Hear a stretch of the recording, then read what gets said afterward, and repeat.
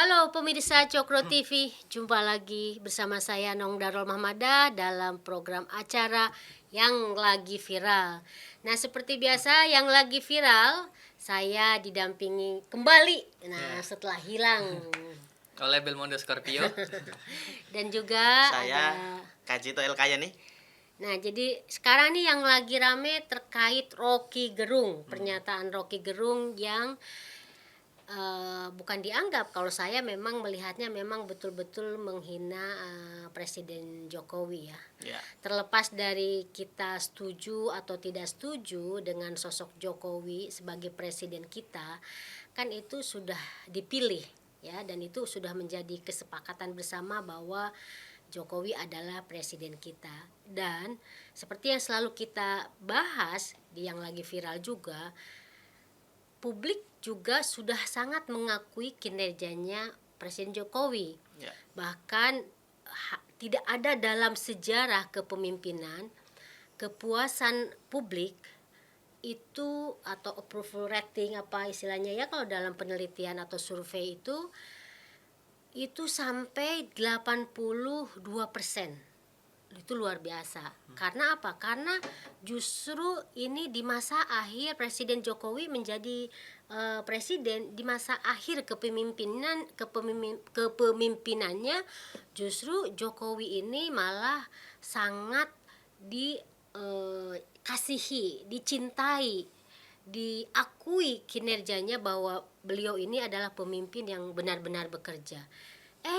Ternyata ini ada seorang Rocky Gerung gitu kan, yang justru memperlakukan Jokowi itu sebaliknya, bahwa itu sebuah kritik ya nggak apa-apa, negara kita kan negara demokratis ya. ya, Tetapi kalaupun misalnya kritik itu disampaikan, semestinya apalagi nih Rocky ini seorang intelektual, katanya filosof gitu kan, dosen, itu kan tentu mengerti yang namanya etika dalam berpolitik, etika mengkritik kebijakan atau bahkan seorang individu, seorang pemimpin gitu. Nah, tapi yang kita lihat justru itu yang kita sayangkan, karena bahasa yang digunakan oleh Rocky Gerung yang semestinya mungkin sebagai sebuah kritik itu bagus, balance gitu kan, tetapi keseimbangan gitu dalam sebuah era demokrasi begini, tetapi dikarenakan bahasanya itu sangat tidak layak untuk seorang presiden, kan dia bilangnya begini, kalau sebelum saya kasihkan ke teman-teman nih ya, itu dia bilang gini, yang dijadikan masalah itu kan, itu bajingan yang tolol. Kalau dia bajingan pintar, dia mau terima berdebat dengan Jumhur Hidayat. Tapi bajingan tolol itu sekaligus bajingan yang pengecut. Ajaib. Bajingan tapi pengecut. Nah, jadi udah berlipat-lipat, udah dibilang bajingan, tolol, dan pengecut gitu kan.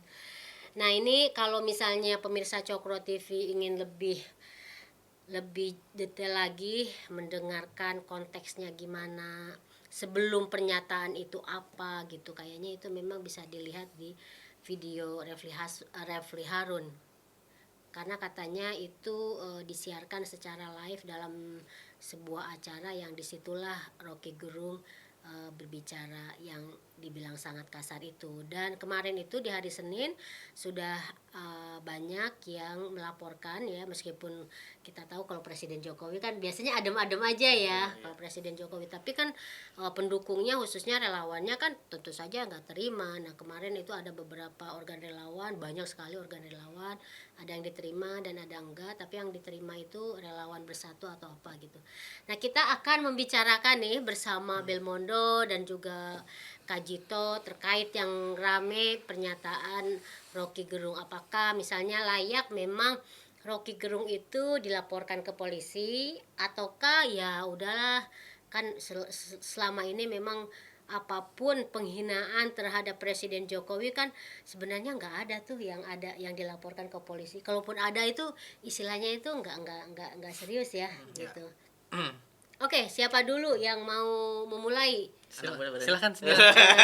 Yang udah siap baca-baca dari pagi. Siapa tuh? Dia sebenarnya, Ya tapi ya udah. apa Ya saya udah. aja.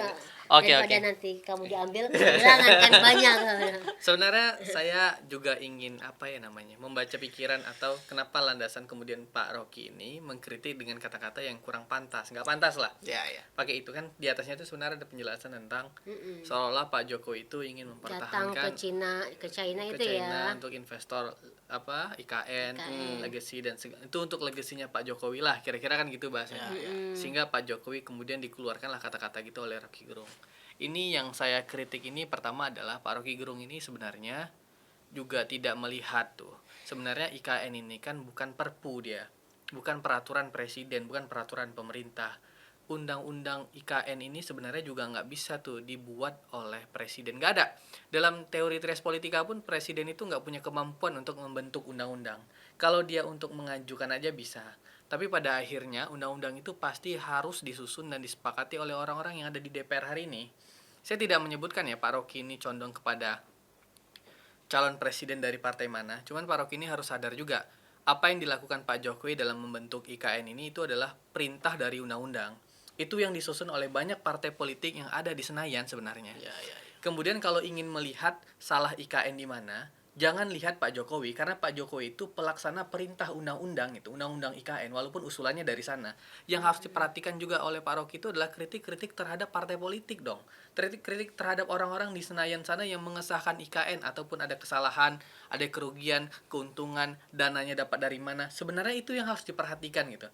Ya. Kalau kritiknya kepada Pak Jokowi aja, Pak Jokowi itu melaksanakan perintah undang-undang IKN yang dilahirkan itu biasanya peraturan turunan dari undang-undang itu gitu. Ya. Kalau misalnya ide Pak Jokowi misalnya mengadukan atau ide pemerintah lah untuk buat IKN gitu. Kalau memang Senayan atau partai politik yang ada di Senayan tidak setuju dengan ide itu, harusnya ide itu ditolak lama jauh di situ gitu. Kemudian ide itu diterima, ini bukan hanya ide Pak Jokowi, ini ide bangsa. Orang-orang partai di sana ada gitu. Jadi kalau dibilang IKN ini ada legasinya Pak Jokowi, saya rasa kurang tepat juga. IKN ini adalah legasinya bangsa Indonesia. Karena Pak Jokowi nggak bisa melahirkan undang-undang gitu. Jadi ini jangan disebut ini legasi Pak Jokowi. Nggak, Pak Jokowi nggak bisa buat undang-undang. Ini DPR yang bentuk. Jadi kalaupun IKN itu ada yang bermasalah terkait dananya datang dari mana, investor, terus menggunakan dana apa, oke lah Pak Rocky kritik juga terhadap Jokowi. Tapi Pak Rocky juga harus kritik dong. Kenapa DPR nggak awasi itu pelaksana perintah undang-undang untuk melaksanakan IKN? Itu tuh DPR yang harusnya bersuara terhadap ini gitu.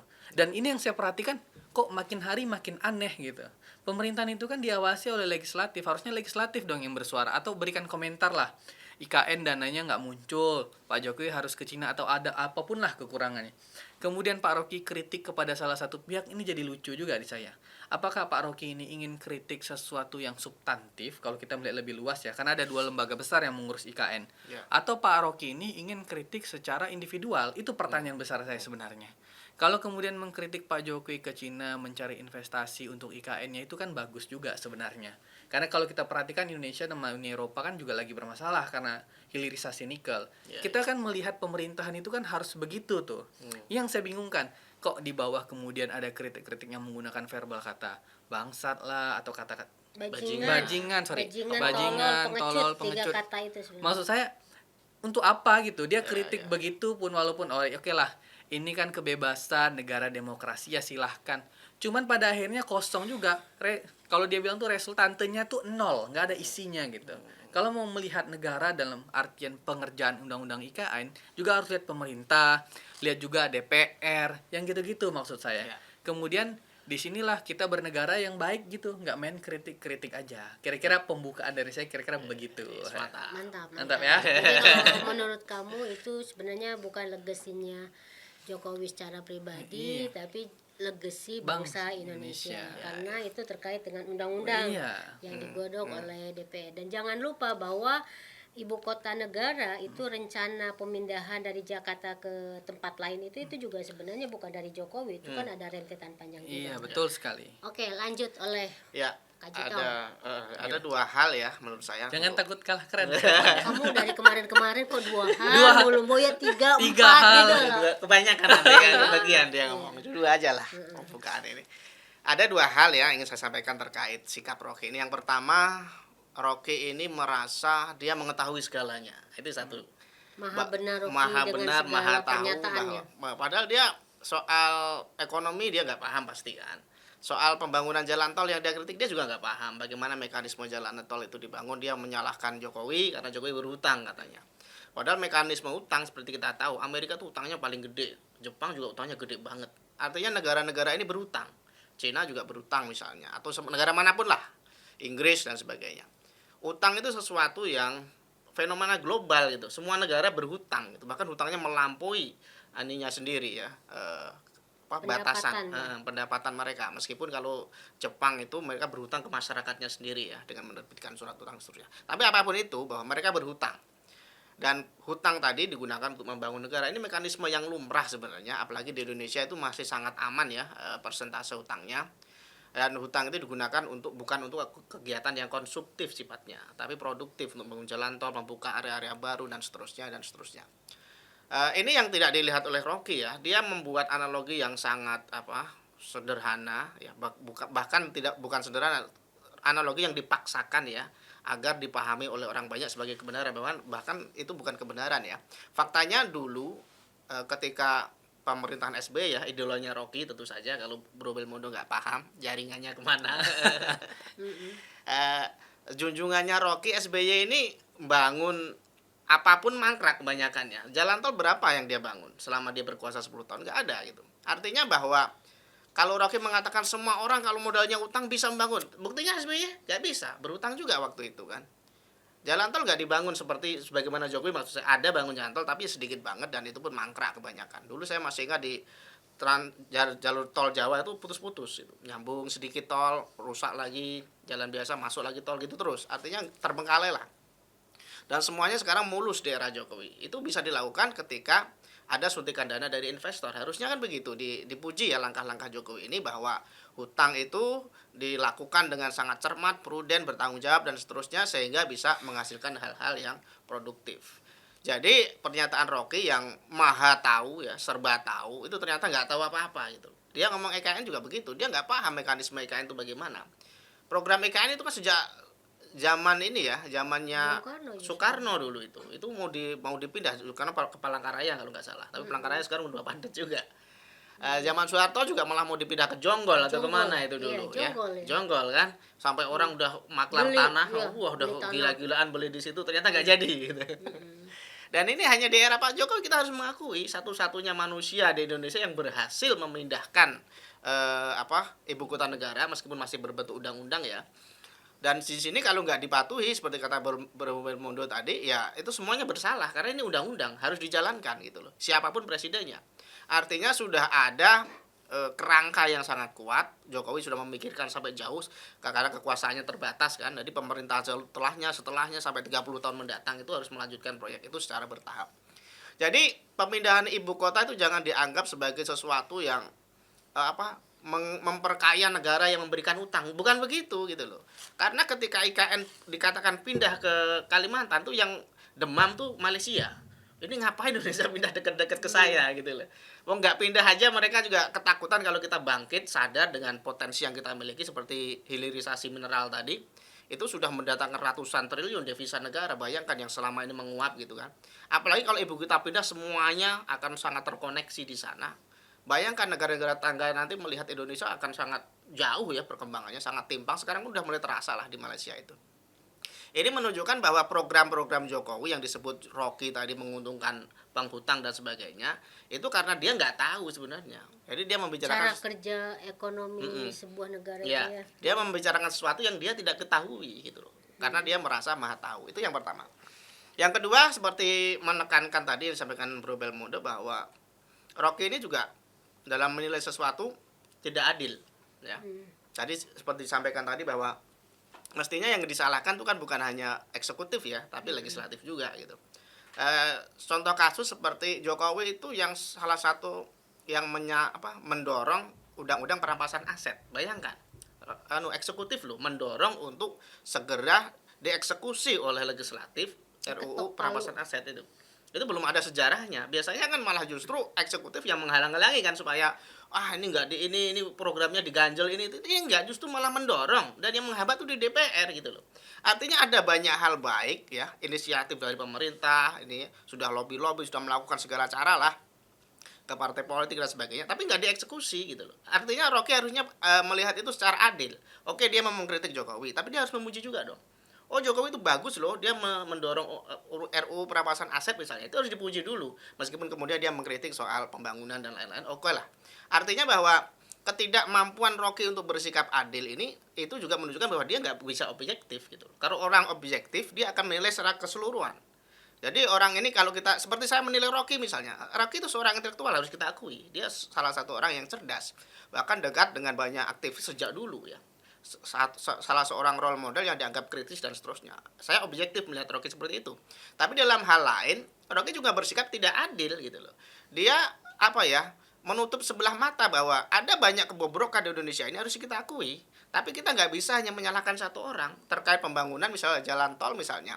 Itu problemnya nggak hanya satu, banyak gitu loh. Kalau dia mau mencari-cari kesalahan ya, mencari-cari kekurangan misalnya, itu banyak hal. Tapi kita nggak bisa menyalahkan karena faktanya tol itu memang berhasil gitu membuka ketertutupan, memutar ekonomi dan seterusnya. Misalnya di Sumatera kalau kita sebut pembangunan jalan tol itu agak terhambat ya, harus kita akui. Karena proses pembangunan di sana itu pakai tiang pancang gitu. Itu bedanya. Makanya kenapa pendanaannya berlipat-lipat dari pembangunan jalan tol di Jawa, karena kontur tanahnya, karena kondisi wilayahnya gitu, alamnya dan seterusnya. Artinya bukan berarti tol itu gagal. Tol itu tetap berlanjut sampai sekarang bahkan, dan itu berhasil membuka daerah-daerah di sekitarnya meskipun dengan penambahan biaya-biaya ya, karena anggaran awalnya kan dianggap ini segini selesai, ternyata enggak, prakteknya lebih mahal dari itu. Dan itu pun bukan sebuah kekurangan gitu loh. Jokowi sudah berani membuka sebuah proses ya yang sangat penting di Sumatera dan sebagainya, di Kalimantan dan seterusnya. Itu menunjukkan bahwa dia ini seorang yang visioner. Ini harus kita akui. Jadi kalau mau mengkritisi seorang Jokowi, kita juga harus memuji dia, menilai dia dengan utuh, kemudian mengkritiknya dengan objektif. Satu lagi yang ketika Rocky mengkritik pun ya mestinya nggak perlu memakai kata-kata yang banal ya, yang kasar. Untuk apa sih gitu loh. Kalau di zaman dulu saya masih ingat ya, masih agak-agak muda, saya juga sering gitu kalau ngatain orang tolol kamu di Facebook biasanya kan gitu. Tapi pernyataan ini kan kalau kita lagi debat panas-panas oke lah ya. Kalau udah di ujung banget Di gitu ya. ujung banget kan kita memang orang ini tolol banget, makanya saya bilang tolol kan gitu. Tapi kalau dengan presiden yang bahkan bukan dalam forum debat dan seterusnya, mestinya kata-kata seperti itu nggak perlu gitu loh. Ngapain dia ingin menunjukkan bahwa dia jagoan hebat bisa maki-maki presiden, untungnya di mana gitu loh. Padahal kalau dia menyampaikan fakta dan data aja, orang-orang akan paham itu. Bahkan orang yang gak menyukai Rocky seperti saya pun akan mengamini itu kalau yang disampaikan itu fakta gitu loh. Tapi kalau dia maki-maki, yang paling seneng ya paling ya kelompok garis keras ya, kelompok-kelompok haternya Jokowi yang dari dulu membenci Jokowi, pemuja PKS ya, fans FPI, paling itu yang memuja-muja Rocky, Ustadz Rocky katanya kan gitu. Jadi sekali lagi saya ingin menekankan bahwa di alam demokrasi ini ya, kita memang harus menghormati kebebasan hak orang untuk menyampaikan pendapat. Oke. Tapi penyampaian pendapat itu juga tidak melahirkan provokasi, fitnah, kata-kata yang keji. Karena yang menonton Rocky itu bukan hanya orang-orang dewasa, anak-anak juga. Bayangkan kalau dampak buruk Rockisme ini kemana-mana, sedikit-sedikit ngomong ke temannya anak SD, dungu kau katanya gitu kan. Bajingan kok. Bajingan kau, otak sekolah 200 kau gitu misalnya gitu ya. Artinya bahwa ini nggak bagus gitu untuk pendidikan kita, karena zaman internet ini pernyataan Rocky itu viral kemana-mana loh. Dan ini dinilai oleh semua orang termasuk anak-anak, dan ini sangat-sangat dia sayangkan gitu menurut saya. Ya menarik itu. Jadi mungkin tadinya Rocky berpikir bahwa apa yang dia sampaikan itu ya biasa aja gitu ya. Termasuk dengan istilah tadi Kajito itu kata-katanya yang sangat banal, yang sangat kasar, yang itu ditonton oleh semua pihak, gak ada batasan usia.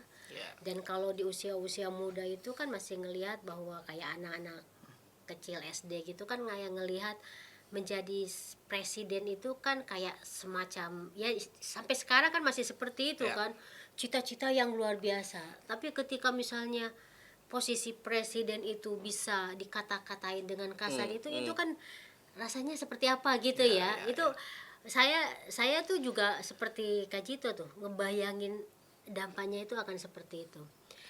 Nah, yang saya juga highlight dari pernyataan Kak Jito tadi, Kak Jito bilang bahwa junjungannya, kita tahu SBY tadi dibilang kan, disinggung soal SBY. Saya ingat memang kalau kita bandingkan periode terakhir Jokowi dengan SBY itu memang luar biasa jomplangnya, berbedanya ya. Di masa akhir SBY itu memang kayak seperti dia itu ya karena udah mau selesai ya udahlah gitu kan.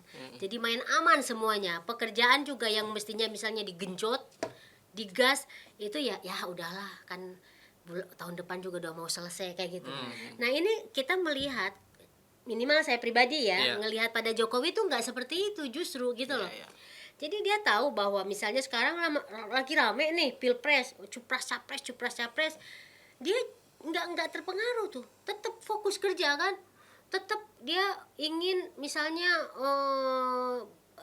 semua program yang baik, karena kita kan punya ada kelebihan soal bonus demografi dan lain-lain, itu dia benar-benar bekerja gitu. Nah, ini yang kita sedih, saya khususnya secara pribadi itu sedih karena dianggapnya kayak gitu tuh dianggap sebagai ambisi berkuasa, padahal kalau saya ngelihatnya itu tidak seperti itu gitu.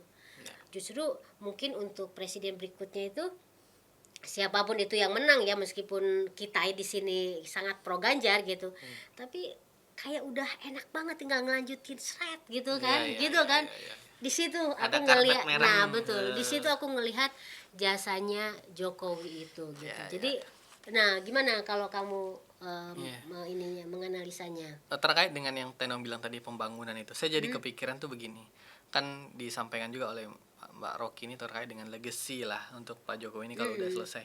Saya langsung kepikiran begini, kalau memang legacy, oke lah IKN itu udah dibangun setelah Pak Jokowi selesai masa periodenya menjadi presiden kan, toh dia juga orang biasa juga gitu.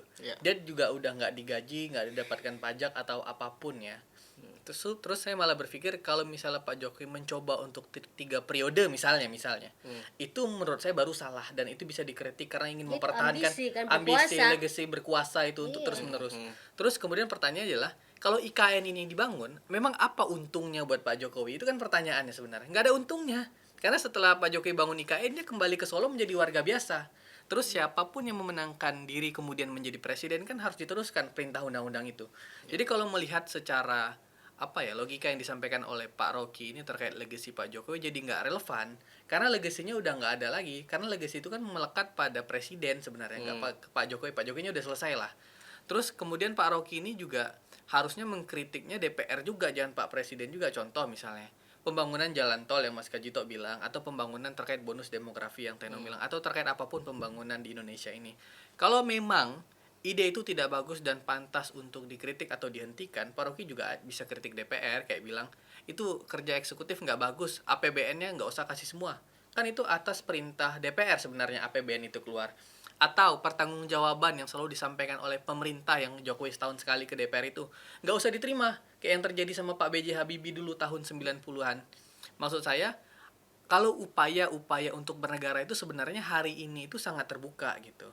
Kalau misalnya Pak Rocky juga nggak setuju terhadap undang-undang IKN, atau civil society yang mana gitu nggak setuju sama undang-undang IKN, demokrasi hari ini juga udah berikan jalan, datang aja ke MK kok. MK terbuka kok dari jam 7 sampai jam 3 sore gitu, setiap Senin sampai Jumat.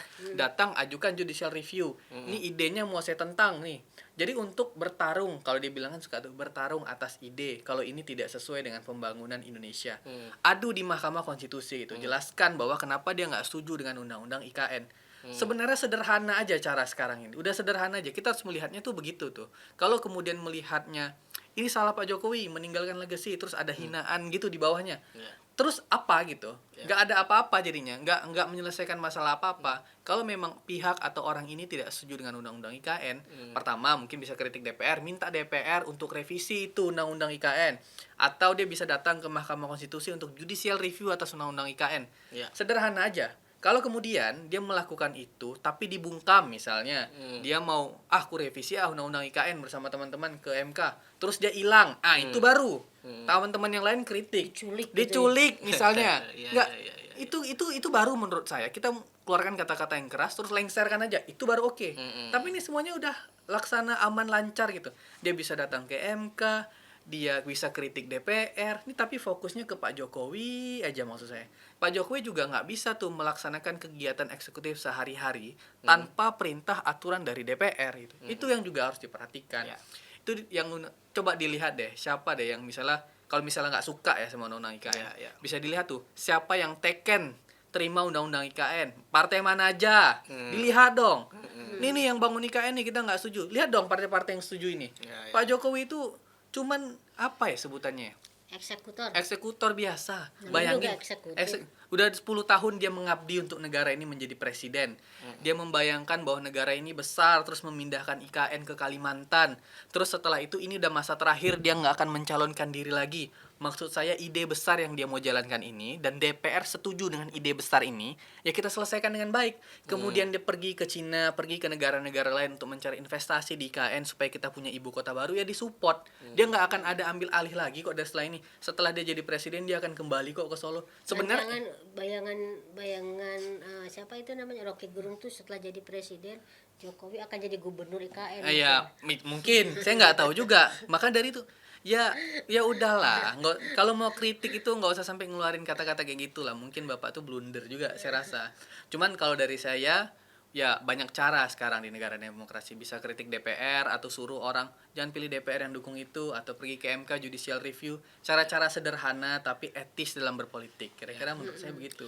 Kalau Bro Kaji itu ngelihat ada motif lain nggak? Oh pasti. Nggak bisa dipancing deh, langsung deh. Itu yang paling Nggak usah penting dipancing, karena emang itu. iya, karena kan kita ini nggak dalam sebuah pernyataan atau mengeluarkan pernyataan itu kita tuh harus agak kritik soal kenapa dia kok membuat pernyataan seperti itu. Nah, Ada itu apa di balik itu?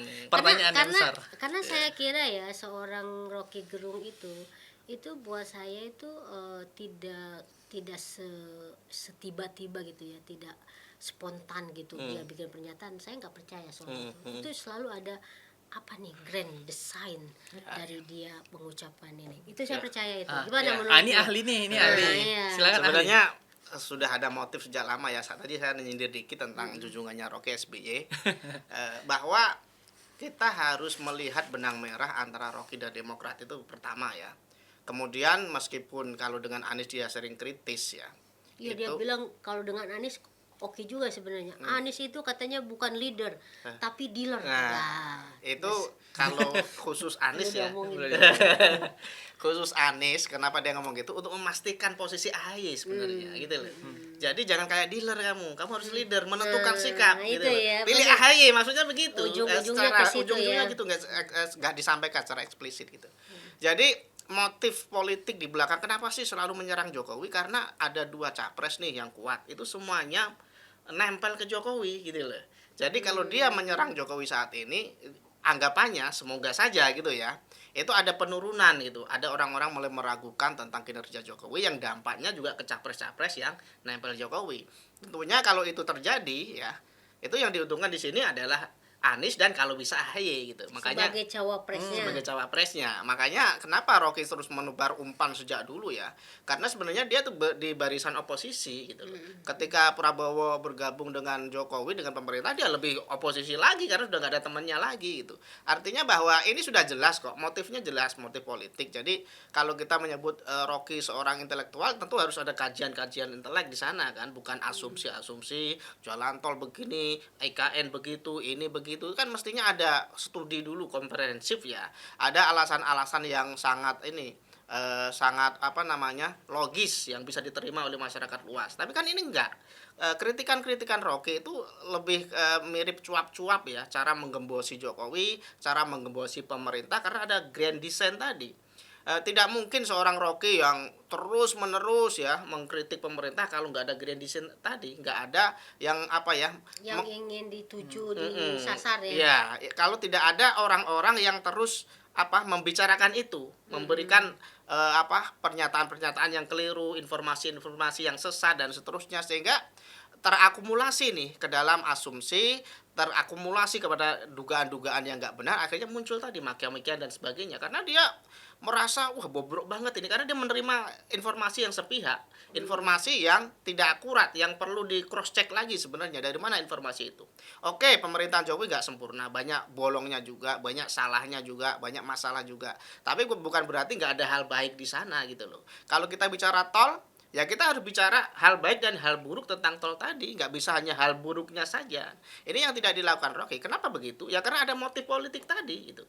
Makanya kalau kita melihat motif ini kan kita ingat PKS, nggak ada hal baik pun tentang pemerintah di mata PKS, di mata Demokrat, nggak ada. Karena mereka punya motif politik gitu loh. Ada motif terpendam yang mendasari semua argumennya sehingga nggak logis, nggak berangkat dari fakta, nggak berangkat dari data yang ada, tapi semacam emosi belaka, kemarahan ya, karena sudah berkali-kali dia mengharapkan Prabowo menang misalnya, akhirnya nggak menang, malah gabung dengan pemerintah. Kekecewaan ini yang terakumulasi sehingga membentuk motif, dan akhirnya muncullah sosok Rocky yang kita kenal. Rocky yang sering memaki, Rocky yang sering memberikan argumen yang nggak berdasar dan seterusnya. Saya pikir masyarakat juga mulai harus jeli melihat ya, jangan sampai orang-orang seperti Rocky ini dianggap sebagai seorang intelektual yang mewakili ranah keilmuan lah, mewakili ranah kekritisan lah, mewakili masyarakat lah. Tidak, karena ada benang merah dengan Demokrat ini yang tidak pahami oleh orang banyak gitu. Kalau kita mau terlaah lebih jauh, posisi Rocky dulu di Demokrat sebagai apa, itu ada jejaknya semua, meskipun sekarang mungkin sudah enggak ya. Kalau dulu sebagai apa, kedekatannya dengan Demokrat sebagai apa, itu ada semua di sana. Tinggal membuka-buka lagi kok. Kenapa Rocky sangat kritis, atau kita bilang di sini kenapa Rocky sangat nyinyir ya kepada pemerintah, karena ada grand design tadi, ada kedekatan-kedekatan tadi, sehingga di lingkungan Rocky informasi-informasi buruk tadi yang masuk ke otaknya dan menimbulkan persepsi yang salah, sehingga yang ada hanya kebencian kepada Jokowi tanpa melihat sedikit pun kebaikannya. Padahal kebaikan Jokowi banyak, kesalahannya pasti ada, tapi kan kita harus fair, kita harus objektif, kita harus adil melihat gitu ya. Sebagai seorang intelektual mestinya bukan hanya makian gitu loh, tapi menyajikan opini argumen yang sangat logis, sangat berbasis data, sehingga masyarakat juga tahu bahwa dia ini mewakili intelektual kok, dia bukan karena jubirnya Demokrat gitu. Seharusnya itu yang disampaikan oleh Rocky tadi. Oke, nih menarik nih. Jadi karena ini kita udah masuk ke tahun politik tadi yang dibilang oleh Kak Jito sebagai penutup ya, jadi nggak ada waktunya habis kita udah dikasih tahu terus nih. Nah, jadi pemirsa Cokro TV juga harus melihat dari konteks kenapa ini oleh Rocky itu disampaikan. Ini pasti ujung-ujungnya adalah terkait dengan kita masuk ke waktunya kompetisi dalam berpolitik, copras capres. Meskipun kita kalau saya pribadi tuh ngelihat untuk copras capres ini tadi yang dibilang oleh Kak Jito itu benar ya. Meskipun kita lihat ada kemungkinan kalau Anies sama AHY itu kan sampai sekarang juga belum pasti ya. Itu mungkin yang dikejar, yang ditarget betul oleh Rocky. Yang ujungnya saya percaya banget bahwa itu mungkin juga kalah juga di putaran pertama. Nah ya ini yang putaran kedua ini juga nanti Rocky akan kembali seperti di Pilpres 2019 kan. Dia berpihak pada Prabowo yang kita ingat banget tuh waktu kasusnya Ratna Sarumpait misalnya, kan Rocky juga ikut-ikutan yang meramaikan kan gitu. Orang secerdas Rocky aja kok bisa ditipu oleh peristiwa hoaxnya Ratna Sarumpait. Itu aja buat saya udah menurunkan level kecerdasan ya. Nah sekarang tambah lagi seperti itu, jadi saya kira mungkin ini juga ada tujuannya, jadi nggak kosong lah. Gitu. Jadi di situ mungkin kita perlu memberi tahu kepada pemirsa Cokro TV terkait konteks ramenya atau yang lagi viralnya yang kita bahas sekarang ini. Oke, terima kasih ya Kak Jito, Belmondo ya. Kita akan ketemu lagi dalam yang lagi viral berikutnya minggu depan. Terima kasih semua, dadah.